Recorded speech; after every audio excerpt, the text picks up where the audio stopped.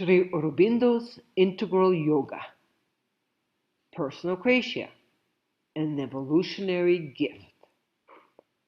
We are at the end of all cycles, and the new supramental evolutionary adventure that is being prepared in us and around us is working surreptitiously towards the final and assured victory of the Supreme Mother. The human being has within him a divine soul that has been preparing this great moment for billions of years. Let us therefore eliminate the fear of the future and remain open at all times to the inner divine, soul, and higher Jivatman. Sri Aurobindo's Integral Yoga goes beyond the individual liberation and embarks on a collective and evolutionary transformation on Earth. Even the descent of the Overmind consciousness is not enough to transform the obscure resistance of the body consciousness. We must go beyond the Overmind and enter the Supramind. Only the descent of the Supramind into the universalized human instrument can successfully transform the obscure consciousness of the physical nature. It is the final transformation leading to a divine life and eventually the birth of a new species on Earth. It is a radical proposal that has never been attempted in the past. Thus, integral yoga goes beyond the individual liberation and embarks on a collective and evolutionary transformation on Earth. After Sri Aurobindo's passing, the Mother continued their work. On February 29, 1956, she brought down the supramental consciousness upon Earth. Since then, the Supramind has been operational on Earth as an active evolutionary power. Sri Aurobindo synthesized the Eastern and Western ideas of evolution and boldly declared that humans are transitional beings. They are not final. Evolution continues, and humans will be surpassed. This is the future awaiting humanity. This is the unprecedented adventure of consciousness on Earth. Unfortunately, even individuals who are waking up do not understand what is happening.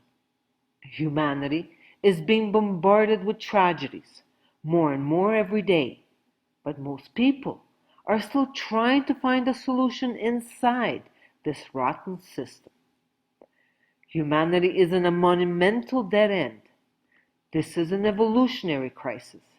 It is the end of the human species, the end of the intelligent animal. Each individual must take the decision to stop participating and feeding this horrible illusion, which we believe to be our reality. It is time to dream very hard about the next step, the new eidesic species. It is the separation of me with myself which causes fear. This is where fear comes from. Fear stops the person from contacting his natural common sense.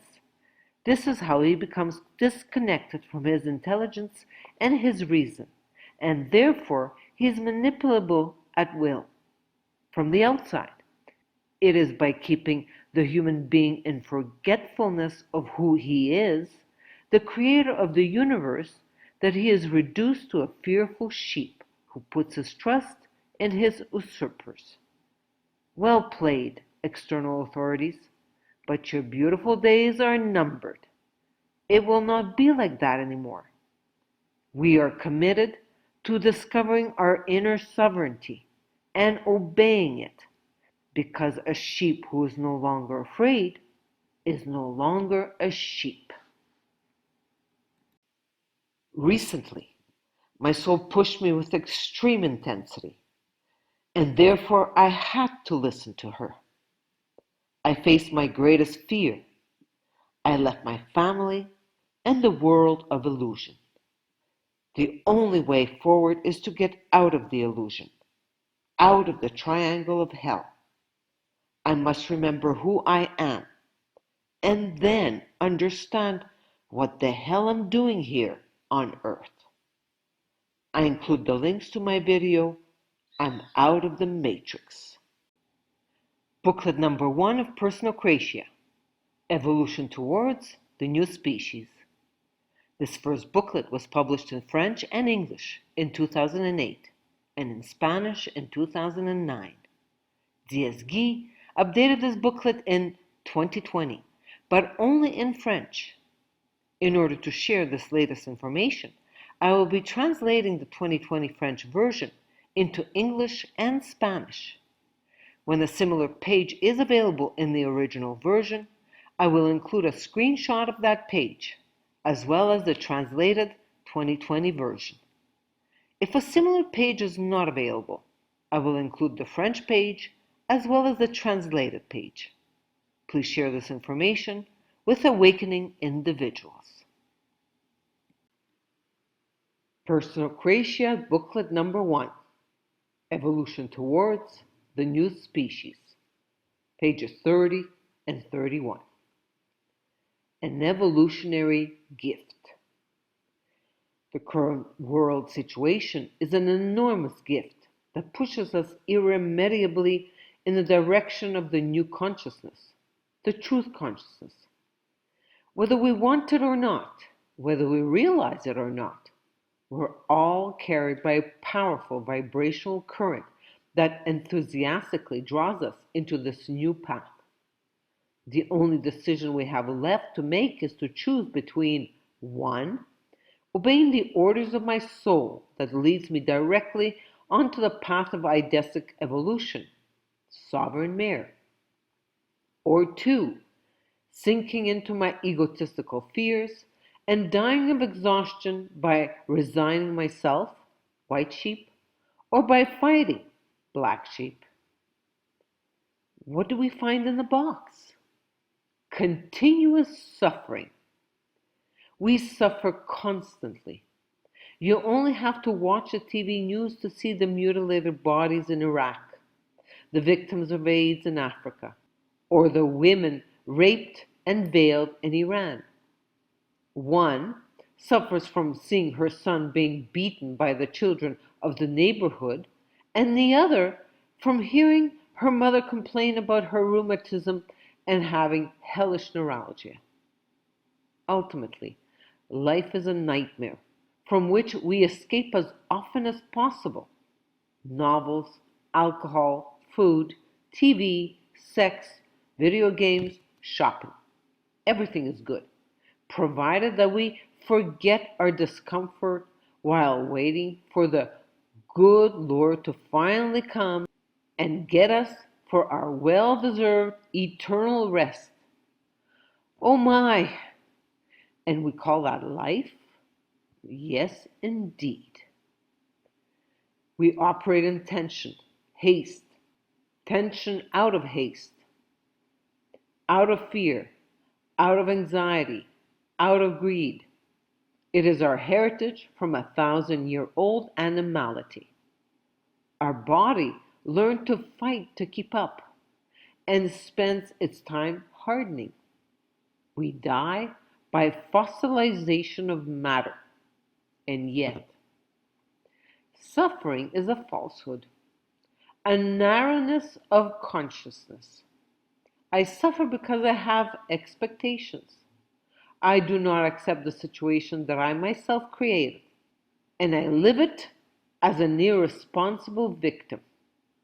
And the more I resist my creation, the more I suffer. It is always the ego that suffers. The soul is not in pain. It is never sick and does not suffer. It is calm and equal in all things. My resistance and the suffering it engenders are totally subjective. They vary from joy to torment depending on my state of consciousness. Let us remember the infallible recipe for suffering. wanting what I don't have, or not wanting what I have. Suffering is resistance to my creation. What happens to me in my daily life is my creation. If I resist it, I suffer. This resistance takes different forms depending on the individual. In the mental body, denial and doubt. In the vital body, attachment to desires. In the physical body, a fundamental inertia and a habit of passively obeying the ego. I have physical suffering when I refuse to take action in a specific area of my life. My soul then creates a specific shock to wake me up. Thus, the pain indicates to me that the problem is getting worse and that I have to solve it now. The idea of physical pain is an illusion. The body is a fabulous instrument which adjusts itself when I am centered and I trust it. But if I think that pain equals suffering and I'm afraid of suffering, I create what I'm afraid of. I have psychological suffering when I do something out of sacrifice. I sacrifice the grandiose evolution of my soul to follow the narrow path of my ego. The words suffering, sacrifice, obligation, responsibility, self-denial, devotion, fidelity, loyalty, duty, and the expressions "it is necessary" and "I have no choice" are all deceptions, old social patterns typical of herd animals. Psychological suffering engenders physical suffering, then illness and death. In all cases, I change my state of consciousness. I welcome with serenity what my soul creates. I expand my physical consciousness instead of resisting and tensing up. I remain myself in the true vibration, the only great vibration of divine joy, the one that has the power to heal all these small, tight, wearing, lying vibrations, through which aging, illness, and death are introduced. In reality, suffering is a necessary evil. It is the whip that allows my body, physical, vital, mental, to emerge from inertia and ignorance. This is what gives rise to the need to understand who I really am and what I came to do on this earth. This is what pushes me to aspire to the divine life and to transform myself to achieve it. Suffering potentiates my evolutionary aspiration. Suffering is therefore an evolutionary gift that pushes me or incites me to take action. Each suffering hides a conflict, which corresponds to a need, which itself conceals a specific fear. And it is by facing my fears in my daily life that I can heal myself from suffering and finally bathe in love with a capital L. I discovered deep within me a particular strength and gentleness, the state of grace that brings an end to human suffering. Finally, what good news! From millennium slavery to individual sovereignty. In the Orient, in the 20th century, Sri Aurobindo and the Mother discovered and anchored truth consciousness, the supramental consciousness in the earthly atmosphere. Once well anchored, the new consciousness was ready to move on to the next stage, its popularization and propagation. In the West, in the 21st century emerged Personocratia, the power of the sovereign person to govern oneself. Sri Aurobindo's integral yoga goes beyond individual liberation and undertakes collective transformation on earth.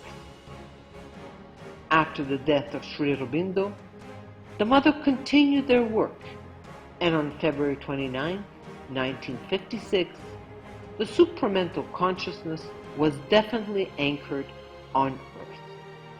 One single and sincere look at the present world situation is enough to convince anybody that it has reached a point of no return. Humanity is heading towards a monumental dead end. Let's stop repeating our obsolete ways, which can only bring more suffering. Personocratia continues the diffusion of truth consciousness in the West. Substantial unity replaces the guru-disciple separation.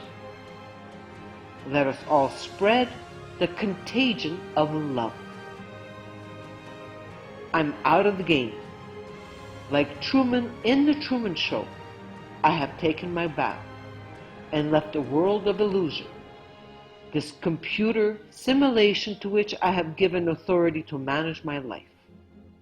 I leave the theater, where I have played time and time again the roles of disciple, daughter, parent, dentist, entrepreneur, citizen. Today, I devote myself fully and without limits to spreading individual sovereignty, the truth consciousness that I have been experiencing since 2002. Infinite love.